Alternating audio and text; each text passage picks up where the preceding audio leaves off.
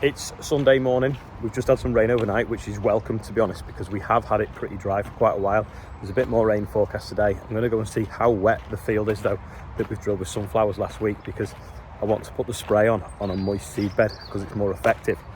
But I don't want it to be too wet that it's sticking to the tyres and makes a mess. And then the other thing is I've got to clean the sprayer out after doing it. So technically I've got to spray the field twice. So going up and down each wheel mark twice won't be very handy. I have got the narrow wheels on. I don't think I'll cut in, just checking the road, but I don't want it squidgy, so we'll go and see what the field looks like. So it's a little bit sticky, but it's not like leaving slimy footprints. So I think we'll have a go and do it. While I'm filling the wash tank on the sprayer, I'll quickly show you around the baler. So the main difference with the baler is, compared to the last one, is this depth here. So the distance from there to there in the chamber is an extra 20 centimetres. So the other one made bales 70 centimetres high by 120 wide. This makes them 90 high by 120. That basically means that each bale's got about 28% more straw in it. But equally then, it means we only have to move 28% less straw in a field, bales in a field. So when you pull in a field, there's going to be nearly a third less bales to pick up, a third less to stack on a trailer, and then when you bring them back to the yard, a third less to unload. So each trailer, instead of being 5 high, we'll stack them 4 high or 3 high, depending on the bridge heights. Once it's back at the yard, stack them up, put the hay caps under them, and off we go. So it's a lot more efficient for moving straw. Also, the bigger bales, for the people that are using them, they prefer them that bit bigger. I mean, the guy that uses them for his chickens on his boiler, he puts the bales on the side and they kind of want to fall over when they're only 70. Whereas this way they'll be 90. Also, the straw people like them because they can handle them and move them around that bit easier. The power stations, if we ever send straws to power stations, they prefer more of a square bale and a flatter bale. The other bales were designed to be like really nice to handle and stable. These are not probably quite as stable because they stand a bit higher and they're not as flat, but equally stacked up 4 high is equal to 5 high of the other ones, so you could nearly argue that they are just as stable. I think the pickup reel is exactly the same as the other one. It does look wide, but it looked wide on the other one, so I don't think there's any real change here. They've changed some of the speeds of some of these shafts to allow it to gobble straw up quicker. This has changed. It's a nice big stand now. You used to climb underneath and swing it up. That's a lot better. PTO and everything like that all looks pretty similar. It's on bigger tyres, so I think the other one was on a 500 tyre or a 550. These are on 620s. I think they're about 4 inches wider. Gives it just that slightly bigger footprint on the field so it doesn't cut in. You could have had a steering axle. It was quite an expensive option. Didn't see the point of it because basically this baler only really goes, apart from a tiny little bit of grass, anywhere where we've already got the combine in, so there's not really much point. Bigger toolbox now, this is up here. And also it's got this wash station complete with soap dispenser, which is pretty cool. You might have seen that when I went to the dealership to look at it. All the difference is it's got a weigher on it, so these little aluminium blocks here, they are for weighing the bales as they come out. So when you're baling in the field, you can say, well, I want the bales to weigh 400 kilos, 450 maybe.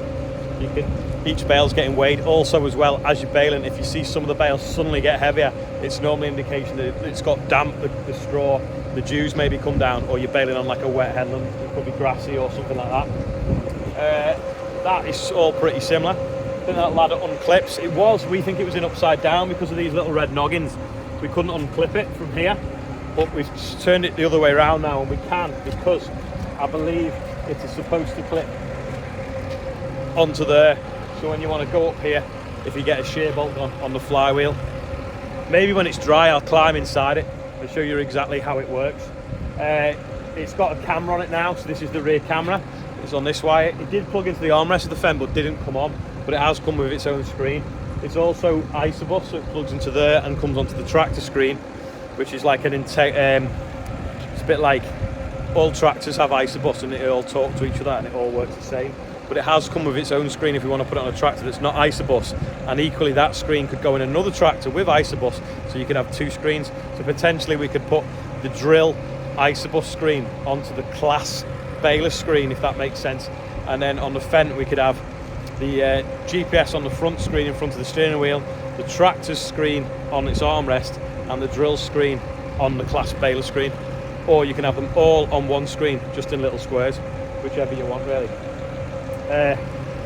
That's probably about it. A lot of people are saying you must be hoping that straw is going to be worth better money than it has been in the past. Yes.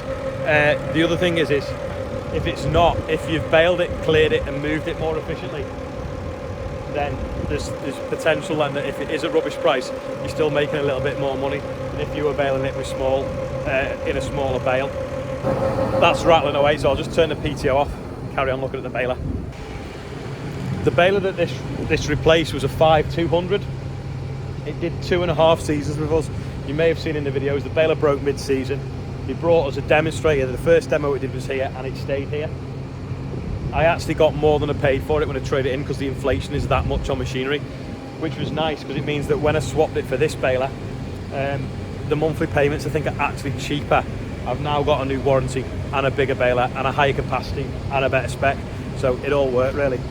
It looks amazing on the 936 at the moment, but to be honest, I think we are going to put it on the Xerion, and it's going to pretty much live on the Xerion all summer, because the Xerion is a bit big for carting grain with. Whereas the 936, the Fast Track and the 724 are probably the most manoeuvrable tractors and the fastest tractors at carting grain. Also, taking stuff on and off is a lot quicker with these.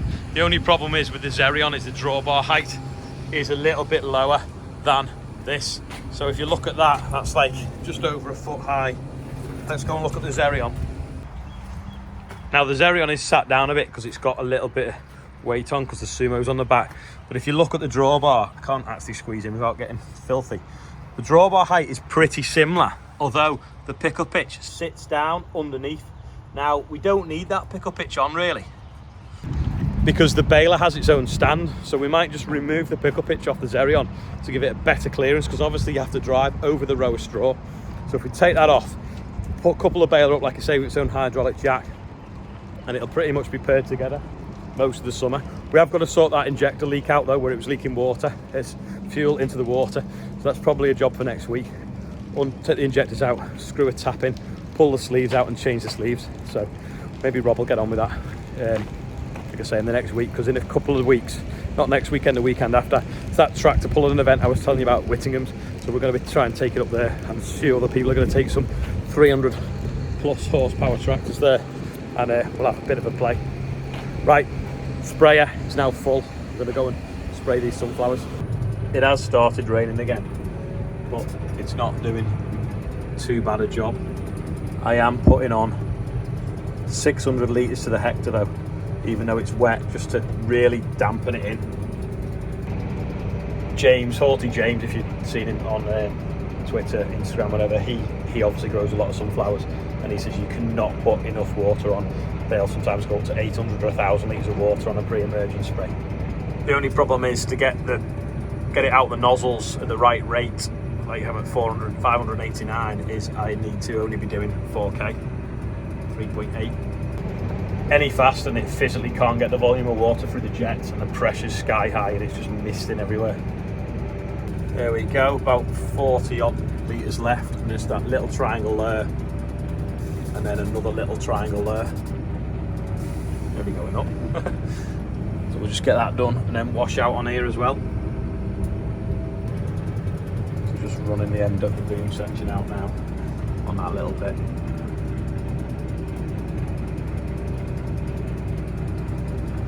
Just going back round the headland again, washing out. It's a little bit stickier than I'd liked, but hopefully it'll have more of an effect. It's a good job I got that done now. It's absolutely throwing it down. Good job I've got my hoodie on. Right, I'm going to do the birthday bumper. I can't do it on the spray because obviously the bumper of the spray is wet, so we're going to do it on the bonnet of the buggy.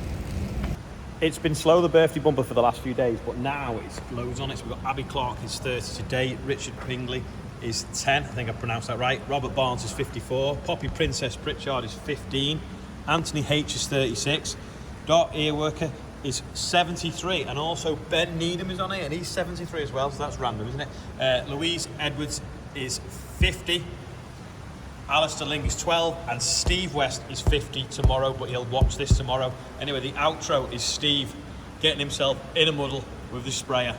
in the wet conditions that most people have been having. You can hear the rain on the roof now, but we've certainly now got it wet. But we have had it dry the last few weeks, considering everyone else hasn't.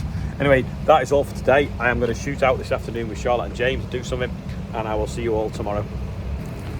Actually, before the outro, this is James attempting to eat his porridge this morning with my assistance. 1, 2, 3, 4, 5. Now you're on your 6th spoon.